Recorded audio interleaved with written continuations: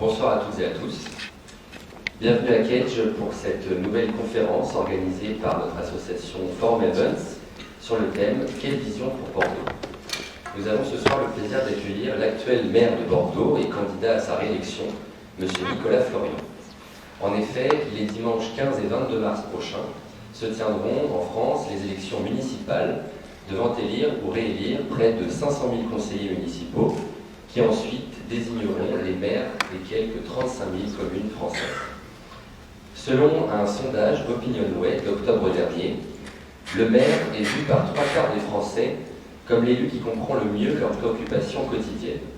D'après cette même enquête, le maire est perçu comme devant être avant tout un gestionnaire, et ce, quel que soit l'âge, la catégorie d'agglomération ou encore la sympathie politique des sondés. Enfin, 64% des personnes interrogées ont déclaré être satisfaites ou très satisfaites du travail de leur maire depuis l'élection de 2014. Notre invité fait donc partie de cette catégorie d'élus que nos concitoyens apprécient encore beaucoup. Nous aurons l'occasion dans un premier temps de l'interroger à ce sujet. Quant à Bordeaux, depuis 1947, 4 maires, tous issus de la droite républicaine, d'abord RPR, puis UMP et les Républicains, se sont succédés. Le gaulliste Jacques Chaban-Delmas, de 1947 à 1995, Alain Juppé jusqu'en 2004, Hugues Martin de 2004 à 2006, à nouveau Alain Juppé jusqu'en 2019, et enfin Nicolas Florian, depuis exactement le 7 mars 2019. Un à un, ces élus ont marqué Bordeaux de leur empreinte. Après le grand projet urbain d'Alain Juppé, comprenant entre autres la rénovation des quais et l'aménagement du réseau de tramway, les enjeux se déplacent aujourd'hui sur les terrains sociaux et environnementaux, auxquels les électeurs semblent de plus en plus attachés, si l'on en croit le récent sondage BVA pour Europe 1, puisque Pierre Urmic, le candidat de la gauche venu d'Europe Écologie Les Verts, y apparaît avec 30% des intentions de vote pour 40% pour M. Florian. Quelle vision pour Bordeaux alors? La réponse de notre invité, Nicolas Florian, tout de suite.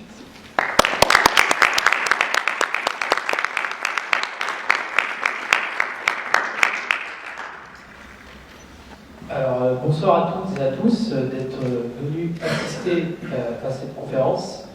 Donc, je vous remercie d'être justement venus assister à cette conférence. Je remercie Monsieur le maire d'être venu répondre à nos questions. Et je vous propose de commencer avec le thème qui a été introduit par mon collègue Jules, à savoir le rôle du maire en France. Et j'ai une première question pour vous, Monsieur le maire. Qu'est-ce qu'un bon maire pour vous? Un bon maire, ça dépend d'ailleurs de ce qu'il y a à faire dans la commune. Alors d'abord, bonjour et merci de votre invitation. C'est toujours un plaisir de pouvoir échanger avec des jeunes qui s'intéressent à la chose publique, parce que quand justement on aspire à occuper des fonctions que j'occupe déjà, et qu'on veut avoir une perspective ou une prospective pour lui, il faut penser à celles et ceux aussi qui vont nous succéder et qui s'intéressent à la chose publique. Donc merci de votre invitation. Et je suis content d'échanger avec vous. Un bon maire, ça dépend aussi des enjeux de son territoire. Il n'y a pas une seule qualité requise, mais s'il devait y en avoir qui sont convergentes, c'est, en tout cas, vu de mon piédestal, c'est l'accessibilité. Je pense qu'aujourd'hui, on doit avoir des élus, notamment des maires accessibles. Et quand je parle d'accessibilité, c'est pas simplement la capacité que l'on a à accueillir des demandes de rendez-vous, mais c'est vivre en ville, comme n'importe quelle personne, prendre des transports en commun comme tout le monde, pouvoir être arrêté dans la rue et être questionné. C'est ça, l'accessibilité, être au contact de ses concitoyens, pas simplement pour recueillir leurs doléances, mais pour voir aussi comme les usages et les besoins que l'on exprime sur un territoire. Donc l'accessibilité. Deuxième point, une forme d'autorité. Quand je parle d'autorité, c'est pas simplement le fait du prince de dire je veux ci, je veux ça, mais avoir une capacité à arbitrer. Et que face une fois à deux alternatives, on puisse avoir cette capacité à dire hop, je pèse sur tel ou tel choix. Alors après, le processus décisionnel, on en parlera peut-être et je pense qu'il faut qu'il évolue, mais en dernier ressort, c'est le maire qui doit exprimer une préférence ou un arbitrage. Et puis troisième qualité, c'est qu'il faut avoir une vision pour son territoire.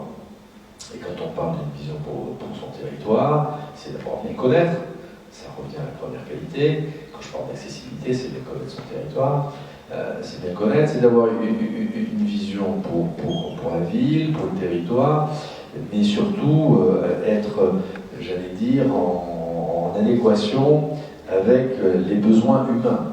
Moi, je fais toujours la différence entre un projet municipal où on va exprimer la volonté de faire un stade, de faire un pont, mais surtout le coefficient humain derrière. Pourquoi on le fait ? Quand on veut travailler sur les déplacements, sur la mobilité, réduire la pollution, c'est parce qu'on veut préserver la santé de nos concitoyens. Quand on veut aménager une zone de développement économique, c'est pour créer de l'emploi. Quand on veut faire des équipements scolaires, c'est pour assurer un minimum d'éducation et d'instruction à nos concitoyens. Et ça, je pense que c'est une autre qualité importante, c'est d'aller regarder derrière les murs. Et que derrière tout projet d'avenir pour un territoire, pour une ville, il faut regarder derrière les murs. En quoi l'être humain... Moi, vous savez, quand on dit Monsieur le maire de Bordeaux, je rajoute pratiquement systématiquement maire des Bordelaises et des Bordelais, avant d'être maire de Bordeaux. Et ça, je pense que ça, en tout cas, à mon avis, ça va être une qualité essentielle dans l'action d'un maire. Et puis après, je vous ai parlé, tiens, un minimum d'expérience et d'expertise. Enfin, au-delà de l'expérience, il faut bien démarrer un jour. Mais moi, j'aime bien l'idée de la transmission. Alors, il y a ceux qui prennent la rupture, qui disent j'arrive, je prends la place et puis je me démerderai. Et moi, je préfère l'idée de la transmission, d'être dans un cursus de formation, un parcours qui fait que une ville de 250 000 habitants, enfin, je serais tenté de dire, ça ne se gère pas comme ça, quoi. Donc, il faut un minimum d'expérience, d'expertise. Donc, il faut aussi se former et connaître les rouages administratifs d'une ville. Merci, monsieur le maire. Bonjour.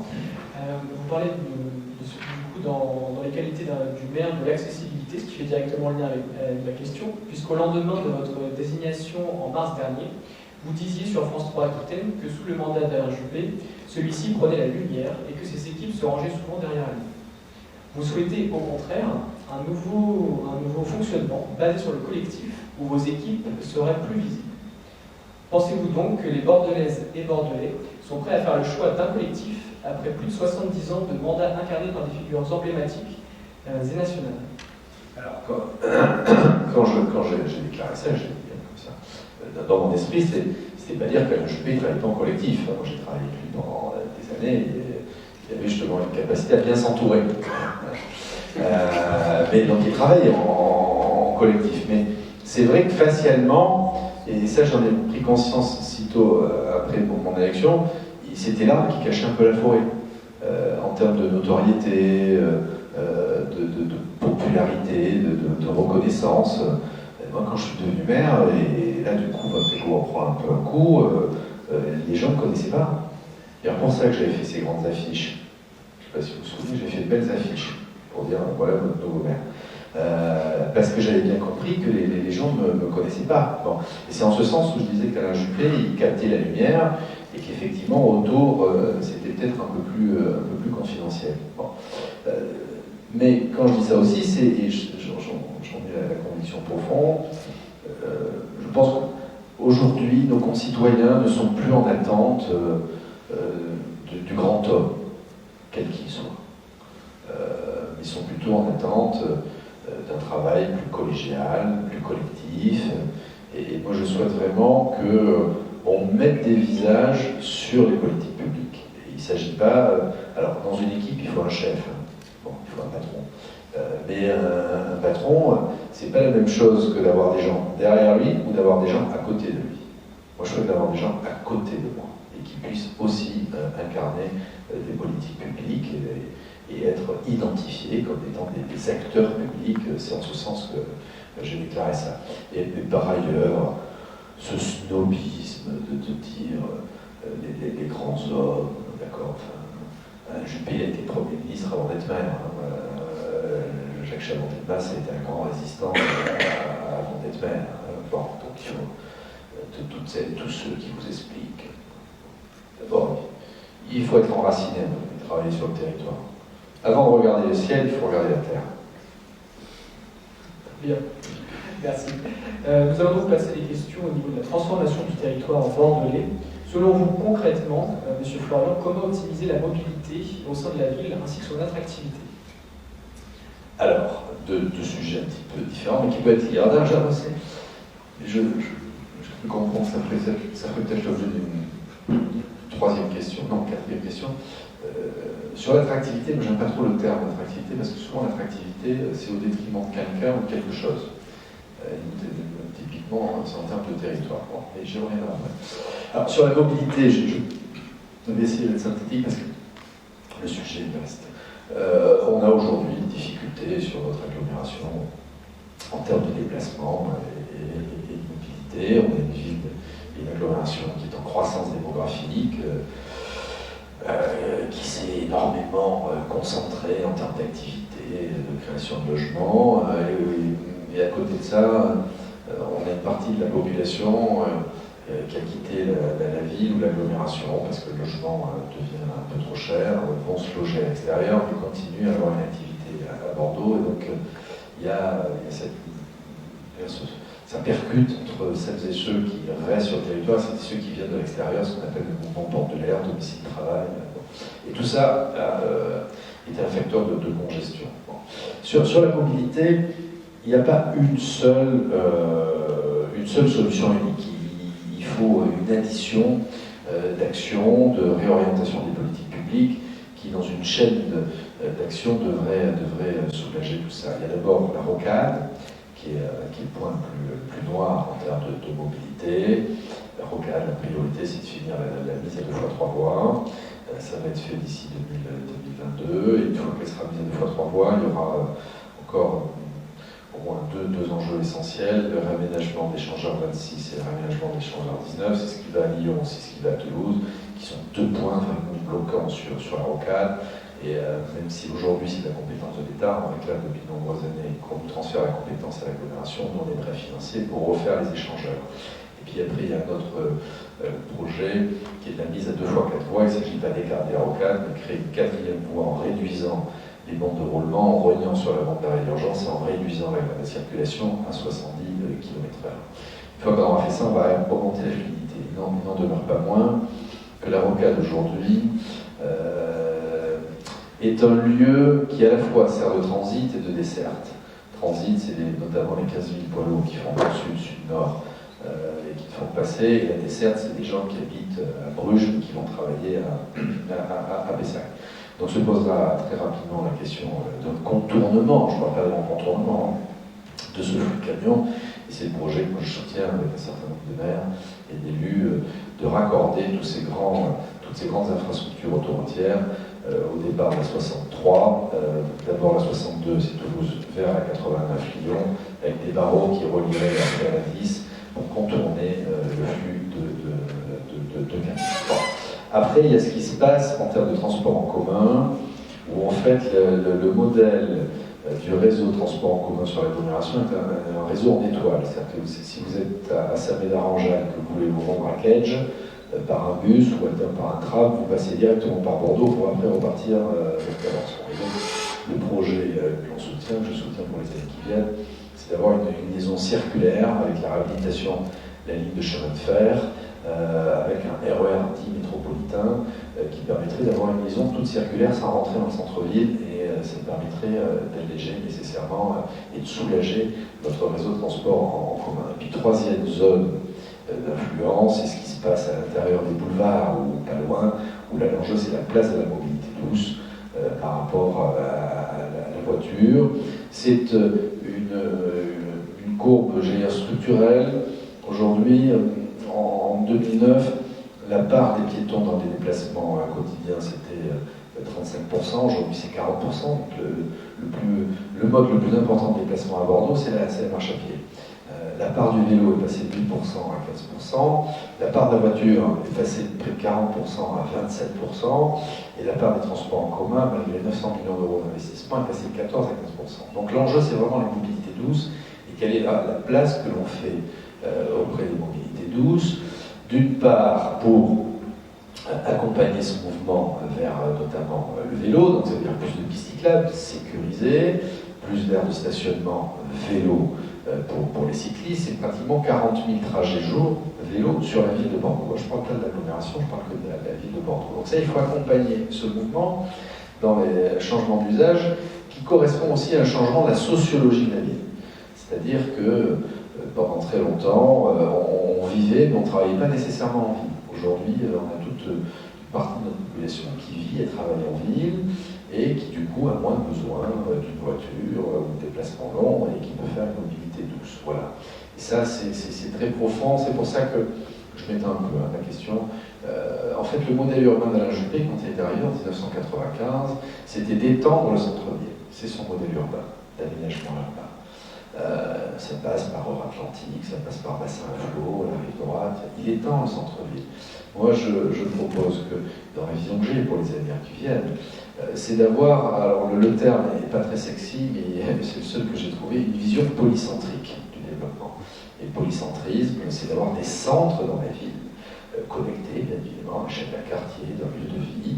Et c'est là où la mobilité douce aura toute sa place, la place du commerce, de l'activité économique, des lieux ludiques, d'équipements publics et du logement. Voilà. Donc sur la mobilité, il y a les trois grandes zones que je viens de vous exprimer, et puis il y en a une quatrième à laquelle je crois beaucoup. J'ai présenté hier un plan à cette intention, qui est d'utiliser un peu mieux le fleuve comme lieu de desserte et de transport de voyageurs, avec une multiplication des traversées de rive à rive. J'ai présenté un plan hier de création de 9 pontons supplémentaires pour augmenter la cadence des mètres cubes, quitte à faire évoluer d'ailleurs le mètre cube qui est un peu dépassé, et puis d'avoir aussi une liaison longitudinale. Et pour ceux qui connaissent un peu le fleuve, pouvoir imaginer qu'un jour on parte de Bègle ou de Villeneuve-d'Ornon en bateau pour rejoindre le centre-ville de Bordeaux. C'est à peu près un peu moins de 20 minutes de navigation, là où on passait 35 minutes en tram ou 45 minutes en voiture. Voilà, et ça demande des aménagements et une exploitation différente. Et c'est pareil sur la logistique, pour éviter un certain nombre de camions qui pénètrent dans l'agglomération pour la logistique, c'est de créer 2 zones à minima de logistique en amont et en aval de l'agglomération, au bord du fleuve, pour après un acheminement en barge jusque dans la ville, et après une desserte du dernier kilomètre un petit peu plus en mobilité douce. Voilà. C'est un facteur aujourd'hui, ça me ramène au deuxième pendant de votre question, qui est pas encore un frein, mais un sujet d'inquiétude sur notre attractivité et notre capacité à accueillir des entreprises, parce qu'aujourd'hui, il y a des hésitations parmi certains entrepreneurs sur la question de la mobilité, et ils ont une pression assez forte de leurs employés. La semaine dernière, j'étais il y a 10 jours sur le secteur de l'aéroport avec des gens de Thales et de Dassault. J'ai rencontré quelques employés habitants bordelais. Je me suis fait engueuler, quoi. L'accès dans ce secteur d'activité, c'est compliqué. C'est pour ça qu'on prolonge la ligne de tramway, la ligne A, ça sera livré en 2021-2022, jusqu'à l'aéroport pour desservir tout ce secteur Thales, Dassault. Parce qu'aujourd'hui, ça peut devenir même un frein à l'embauche, la difficulté de mobilité. Moi, on visite pratiquement un peu moins, une entreprise par semaine, et il est courant que les chefs d'entreprise me disent, monsieur le maire ou monsieur le vice-président, on a du mal à recruter parce que les gens ont envie de passer une heure dans la bagnole. Voilà. Et puis il y a un sujet d'ailleurs aussi qui est très lié du logement. On a sur des jeunes couples primo arrivants, c'est trop cher. C'est trop cher, donc ils vont se loger à l'extérieur, et du coup pareil, c'est pénalisant pour l'attractivité. Donc il faut vraiment lier les deux, mobilité et logement. Sinon, la ville, l'agglomération a créé 13 000 emplois en 2019, ce qui est énorme, en création nette. Et quand on lit le nombre d'employés, 460 000, enfin le nombre d'emplois sur l'agglomération, 460 000, au nombre d'habitants, on a un ratio très élevé d'activité par rapport, contrairement à une fausse image que l'on avait de Bordeaux, qui crée pas d'emploi. Ben non, c'est même l'agglomération a un ratio assez élevé. Bon, je me suis un peu étendu, votre avis. Alors maintenant, nous allons aborder la vision de M. Florian sur l'avenir de Bordeaux et nous allons aussi traiter la question du défi écologique qui aujourd'hui semble incontournable. Alors, quels sont selon vous les défis environnementaux auxquels Bordeaux est aujourd'hui confronté et quels sont les projets à mettre en place à l'horizon de 2026 pour y répondre? Alors, d'abord, ça ne concerne pas que Bordeaux. Ça concerne, je vais dire, la planète et notre pays. Et moi, je ne peux pas vous expliquer que je me suis investi, que mon engagement politique, quand je l'ai commencé il y a quelques années, était fait sur ces questions-là, environnementales et défense de l'écologie. Je ne vais pas vous raconter ça. Par contre, je fais partie de ceux, comme des millions, j'imagine, qui sont convaincus aujourd'hui qu'il y a urgence à réagir. Et que là où on imaginait, il y a encore quelques années, que ça concernerait les générations futures, et que bon, d'ici là, bon, tout le monde a bien compris qu'il y avait urgence. Ça, c'est le premier point. Et tout le monde a bien compris qu'à l'échelle d'une ville, d'une agglomération, on a des moyens et des outils, sinon de résister, en tout cas d'engager une forme de mutation et de transition. Moi, je ne suis pas pour les ruptures, je suis pour les transitions et les mutations. Je suis plutôt pour l'incitation, l'innovation, que ce soit une source de progrès, toutes ces mutations, plutôt qu'une source de punition et de privation. Si véritablement, je vais vous en dire un mot, on n'arrive pas à modifier la façon de faire, il y a un moment où il faut imposer les choses. Mais avant d'imposer les choses, on peut les faire de façon incitative. Quels sont les grands enjeux pour vous? D'abord, pour moi c'est la priorité, c'est la transition énergétique. C'est la priorité des priorités. Quand on regarde l'impact sur le climat, l'émission des gaz à effet de serre, c'est ça qui est prioritaire. Et quand on regarde de plus près, certes, il y a tout ce qui est émis par les véhicules, mais il y a aussi tout ce qui est émis par les logements, par l'activité. Et c'est là-dessus où sur notamment les réseaux d'alimentation, il y a des choses à faire, qu'on peut faire des choses. Moi, j'ai fixé comme objectif pour Bordeaux qu'à la fin du prochain mandat, 2026, il y ait l'équivalent de 100 000 personnes qui soient en alimentation énergétique propre.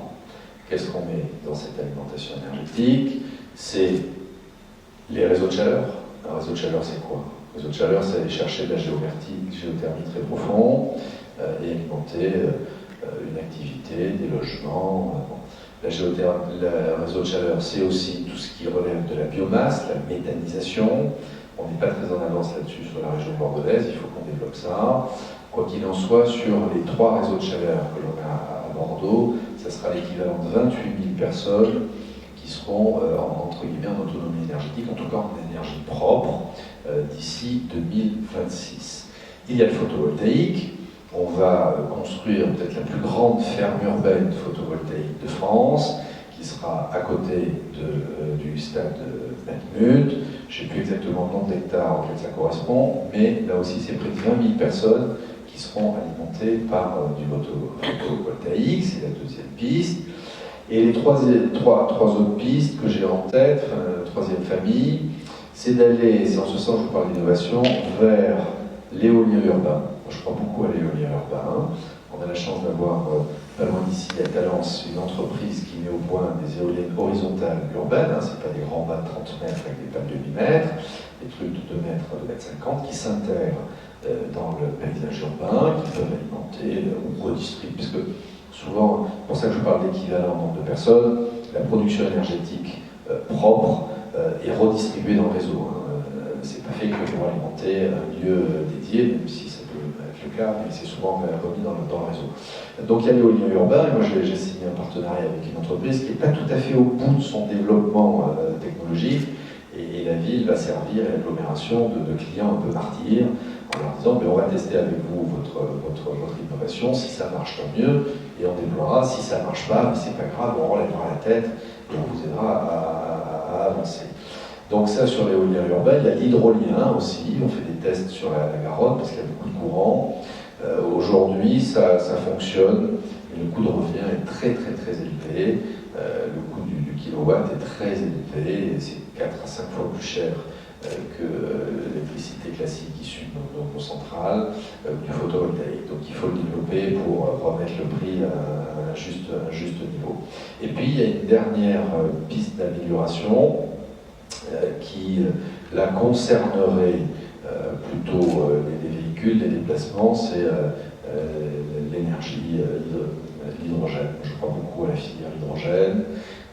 L'hydrogène d'ailleurs, pour bien préciser les choses, c'est un mode d'alimentation d'un moteur électrique. C'est une pile qui remplacerait une batterie. Donc c'est une source d'énergie renouvelable, autonome. Et moi je crois beaucoup à la création d'une filière à Bordeaux et on a signé un partenariat entre le port, le grand port maritime, l'État et Bordeaux Métropole pour favoriser cette filière parce qu'on a la chance d'avoir des entreprises sur le bec d'Ambès, dans la presqu'île d'Ambès, qui produisent de l'hydrogène dit gris. Aujourd'hui c'est l'équivalent de 3000 tonnes qui peuvent être réutilisées après dans le réseau. Voilà. Donc sur la transition énergétique, je fixe cet objectif et je crois beaucoup à ça. Après, il y a toutes ces mobilités douces, je ne vais pas y revenir, changer les habitudes. Et puis après, il y a tout ce qui concerne nos déchets. Et, être vers plus de sobriété, plus de tri, moins de gaspillage. Ça vaut d'ailleurs pour l'alimentation. On a fait une expérimentation dans nos écoles, une dizaine d'écoles où on travaille sur la lutte contre le gaspillage alimentaire auprès de nos enfants. Ce sont des économies de près de 30%. Il y a 30% de gaspillage en moins et on veut attendre le 50% sur le gaspillage. Et ça doit être vrai aussi de façon domestique, chez soi. Et donc il faut mettre en place une nouvelle politique de tri. Et moi j'ai affiché un objectif qui est sûrement très ambitieux, enfin il faut l'être, de zéro déchet à l'horizon 2026. Et quand on parle de zéro déchet, c'est la capacité que l'on a à recycler, enfin mieux trier, lutter contre le gaspillage, mieux trier, recycler et revaloriser. Et avoir une vraie chaîne industrielle, parce qu'à un moment donné, il y a toujours un déchet ultime, la molécule elle ne disparaît pas totalement, et le déchet ultime, c'est passer de la logique d'incinération à une logique de revalorisation, c'est les biodéchets, la méthanisation, qui puissent créer une source d'énergie. Autant aujourd'hui l'incinération était dans un dispositif d'éliminer les déchets, mais ça ne crée pas de l'énergie, puisque on chauffe par l'incinération, autant par le traitement des biodéchets, la méthanisation, on crée de l'énergie, du gaz notamment par la méthanisation, et c'est ce qui est une vraie source de progrès. Voilà, donc transition énergétique, transition et mutation sur les déchets, préservation des déchets, la planète. Avec ça, on fait plus d'enfouissement, on ne roule plus. Sur l'alimentation, c'est le bio, mais c'est aussi surtout le gaspillage, comme je vous l'ai dit. Et puis les mobilités, voilà les quatre grandes. Après, il y a aussi, là on n'est plus sur ces questions de transition énergétique ou alimentaire, on est sur des questions d'adaptation au climat, c'est à mon avis différent, c'est d'identifier partout où c'est possible des îlots de chaleur qui redeviendraient des îlots de fraîcheur. Nous, à Bordeaux, on a une histoire patrimoniale d'une ville assez minérale, c'est notre histoire, il ne faut pas se culpabiliser là-dessus. La question maintenant, c'est de savoir comment on corrige le tir et comment on met un petit peu plus de nature en ville, notamment pour avoir de l'ombre. Parce que la question de la nature en ville, quand on est dans ce paradoxe à Bordeaux, quand on prend une photo aérienne de la ville, on s'aperçoit qu'il y a autant de verre que de construits. Et quand on zoome, le verre est derrière les murs, dans l'espace privé. Et donc on a besoin de remettre de la nature sur l'espace public, et c'est autre chose que la végétalisation. La végétalisation, souvent, c'est des trucs cosmétiques, mettre quelques plantes grandes sur une façade. Donc c'est ramener de l'ombre sur des places publiques et éviter les sources de chaleur. Et ça, moi, je précise toujours, quand on parle de nature en ville, il y a la fonction de décarbonation de l'art, pour les plus initiés. Mais cette fonction de décarbonation, c'est important, mais elle n'est pas essentielle. C'est plutôt de l'ombre qu'il faut rechercher. Parce que, s'agissant de la décarbonation, il y a deux façons d'arriver au zéro carbone. Moins d'émissions, et puis la décarbonation. Et sur la décarbonation, il faut savoir qu'aujourd'hui, 40% de la décarbonation de la planète est assurée par les océans. Et en fait, c'est les algues qui captent le carbone. Et l'avantage d'une algue par rapport à un arbre, c'est qu'elle stocke le carbone pour dire l'environnement, si vous le coupez, si vous l'élaguez, il le restitue. Bon. C'est pour ça que là-dessus, moi je suis dans une logique d'innovation et je me dis qu'on doit aussi faire de l'expérimentation sur les puits de carbone. C'est ce qu'on va faire à Bordeaux. On va installer des puits de carbone, c'est des cylindres avec de l'eau de sel et des algues pour capter le carbone dans la ville et réduire ainsi la pollution en ville. Très bien. Merci à vous, Monsieur Florian, pour toutes ces précisions. Nous allons donc passer aux questions du public. Donc, ça va se passer comme suit. Si vous avez une question, vous levez la main et nous vous passerons le micro afin d'y répondre. Il n'y a pas de sujet tabou. Qui souhaite poser la première question?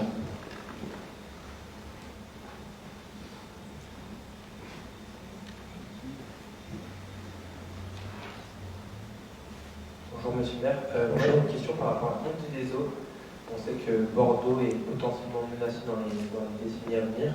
Est-ce qu'il y a un plan, selon vous, à avoir par rapport à ce fléau?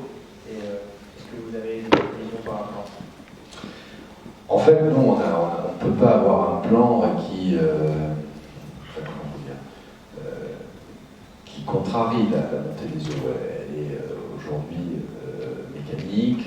On peut atténuer à l'échelle planétaire la montée des eaux, mais à l'échelle d'un territoire, on ne peut pas endiguer la montée des eaux. Par contre, on peut la contrarier. Et la seule réponse que l'on ait, d'abord, comme je vous dis, tout ce que je vous dis aujourd'hui sur la transition, tout ça, c'est notre participation qui, à l'échelle planétaire, doit permettre d'avoir moins de montée des eaux que ce qui est aujourd'hui prévu, rapport du GIEC après rapport du GIEC à l'horizon 2040 ou 2045. Mais de façon très domestique ou du territoire, la seule réponse à ça, c'est ce qu'on appelle, c'est un acronyme, encore un acronyme, un PPRI, un plan prévisionnel des risques d'inondation, où en fait, qui est opposable à notre acronyme qui s'appelle le PLU, le plan local d'urbanisme, où en fait, aujourd'hui, vous avez le quartier de Bordeaux, où il est interdit de construire si vous n'êtes pas à le niveau N plus quelque chose par rapport au niveau de la mer. Et donc, on se protège, entre guillemets, par anticipation du risque d'inondation. Parce que nous, en fait, Bordeaux, le risque, c'est plutôt le risque d'inondation que la montée des eaux. Donc, c'est un PPRI, c'est vrai sur la côte atlantique, pareil, la construction maintenant est repoussée ou élevée. C'est des politiques de digue, c'est des politiques de compensation, de récupération des eaux. Nous, c'est la seule réponse aujourd'hui à notre échelle qu'on est capable d'apporter. Et après, il y a toute cette action globale où si chacun s'y met un peu, avec les États-Unis, on pourra peut-être endiguer la montée des eaux à l'échelle de la planète, même si ça paraît assez structurel. Parce que quand on combine le réchauffement et donc la fonte, l'érosion, bon. De toute façon, je ne veux pas avoir un discours anxiogène, bien qu'autre, au contraire, parce que moi je suis quelqu'un de positif et de volontariste. Mais si véritablement, collectivement, à l'échelle de la planète, il n'y a pas un sursaut, la combinaison du changement climatique et de la démographie, parce qu'on n'arrive pas à situer exactement une date, mais on va franchir les 10 milliards d'habitants, c'est 2080, c'est 2100, peu importe. Et quand on combine cette augmentation démographique avec le changement climatique, c'est un resserrement des zones de vie, ça veut dire derrière des famines et des guerres. Donc s'il n'y a pas un minimum d'action pour s'adapter et résister, on se dirige vers des moments un petit peu difficiles. Mais moi, je fais confiance à l'intelligence humaine et à la capacité d'adaptation de l'être humain pour faire ce qu'il faut. C'est jamais trop tard. C'est jamais trop tard. Voilà pour la montée des eaux. Bonsoir Monsieur Florian, merci pour toutes ces informations. Alors moi je voudrais revenir sur votre vision pas très sexy, pour reprendre vos mots, et la vision polycentrique. Du centre de Bordeaux, parce que vous avez parlé de la mobilité et vous avez dit à juste titre qu'elle était très liée au logement. Et justement, à Bordeaux, il y a une inflation, il y a un problème au niveau des logements. Et votre vision, apparemment, étant polycentrique, consiste à ramener au centre, à créer des centres et puis à favoriser justement la cohésion au sein de toutes les différentes zones afin de favoriser la mobilité. Mais les logements, dans tout ça, j'aimerais bien savoir ce que vous en pensez. et notamment l'application aussi de la loi Pinel, parce qu'on sait que Bordeaux est sous réglementation de la loi Pinel. Alors il y a deux choses dans la loi Pinel, il y a la surface pondérée, et puis il y a aussi le lieu qui est concerné, avec un prix moyen de 10,44 € au mètre carré. Alors je ne sais pas si elle est partout respectée, mais voilà, j'aimerais que vous nous parliez des logements, et quelle est votre vision de développement par rapport au logement des personnes? Alors, c'est une addition de sujets.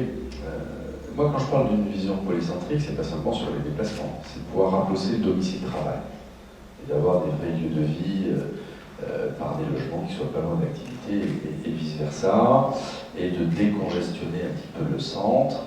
Et par ailleurs, quand je parle de vision polycentrique, je pousserai jusqu'à une vision d'une métropole archipel, d'arrêter de tout concentrer sur le centre-ville, et je vais même plus loin sur un aménagement du territoire qui dépasserait les frontières de Bordeaux Métropole.